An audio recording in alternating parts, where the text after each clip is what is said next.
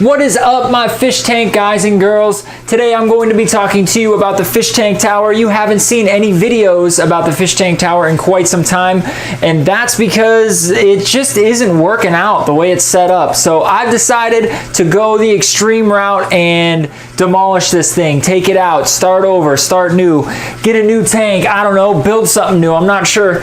So, without further ado, let's bring the old fish tank tower crashing to the ground, shall we?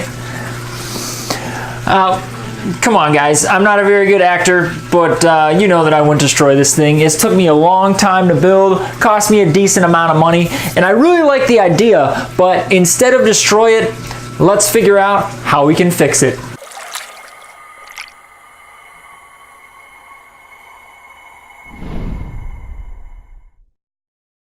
In relation to the fish tank tower, there are three main problems. Now, as I describe these problems, I'm going to show you guys the tanks just the way they look right now, and you'll see that they're pretty dirty.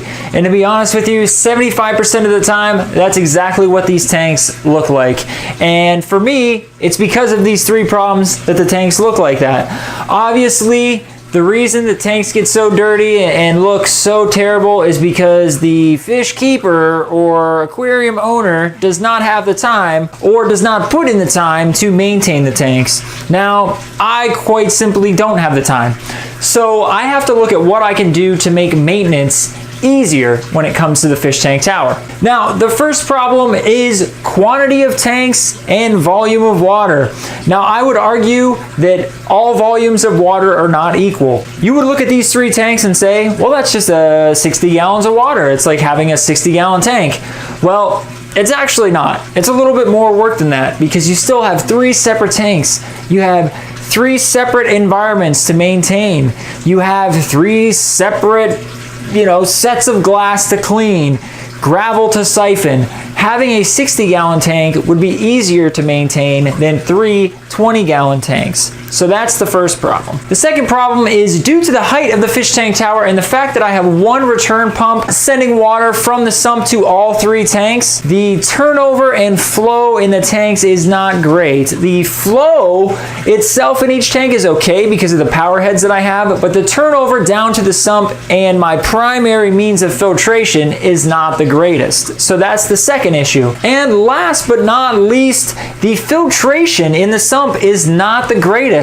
My protein skimmer works really awesome. I have no complaints about it. It's a budget protein skimmer. I did a review on it on my channel. You should check it out. It's a great protein skimmer. But when it comes to my mechanical filtration, I have been using filter socks, which I've found are kind of a pain in the butt. I'm going to do a separate video on filter socks versus media baskets, but in this case, I'm going to be converting my filter sock into a media basket, and I'm hoping that helps me keep up with the filtration a little bit more.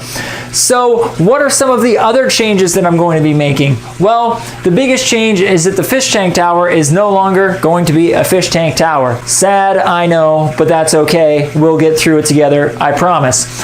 What I'm going to be doing is I'm going to be taking out the top tower of the system.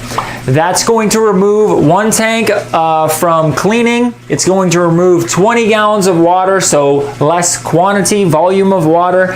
And what it's also going to do is it's going to greatly improve the flow and turnover in the middle and lower tanks. I'll no longer have to pump water all the way up to the third tank. I can shut that guy off, and I'm going to get improved flow into the middle and lower tanks. So after making those changes, I hope that the fish tank duplex, I don't know, I'm going to call it a duplex. Having two towers on each other is probably not the right definition of duplex, but it sounds like it works. Duo 2, duplex 2. So once I have the fish tank duplex up and running, I hope that I'm going to be able to keep up with it and give you guys a lot of awesome content, show you new corals, keep up with the corals that I have in here. I have a fathead Duncan in one of these tanks, and I don't know if I've shown you guys that coral yet, but it's really awesome.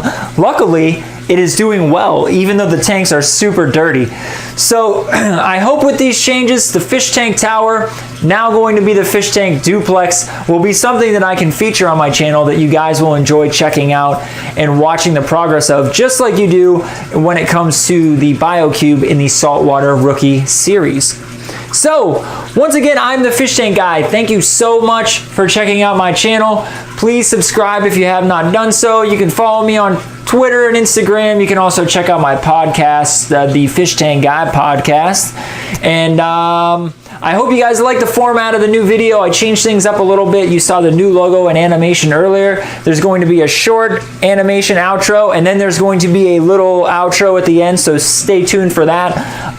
But yeah, let's turn this fish tank dud into the fish tank duplex.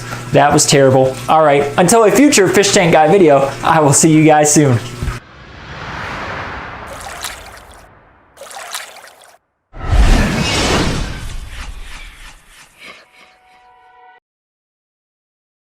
Hey man. Yeah? Hey, do you remember when I took the Monty out of my BioCube? Yeah. You remember how it was all green and dead? Yeah. Well, actually, I, just rearranged it and moved it around, and now it's happier than ever. How is that possible? I don't know, man. Check it out.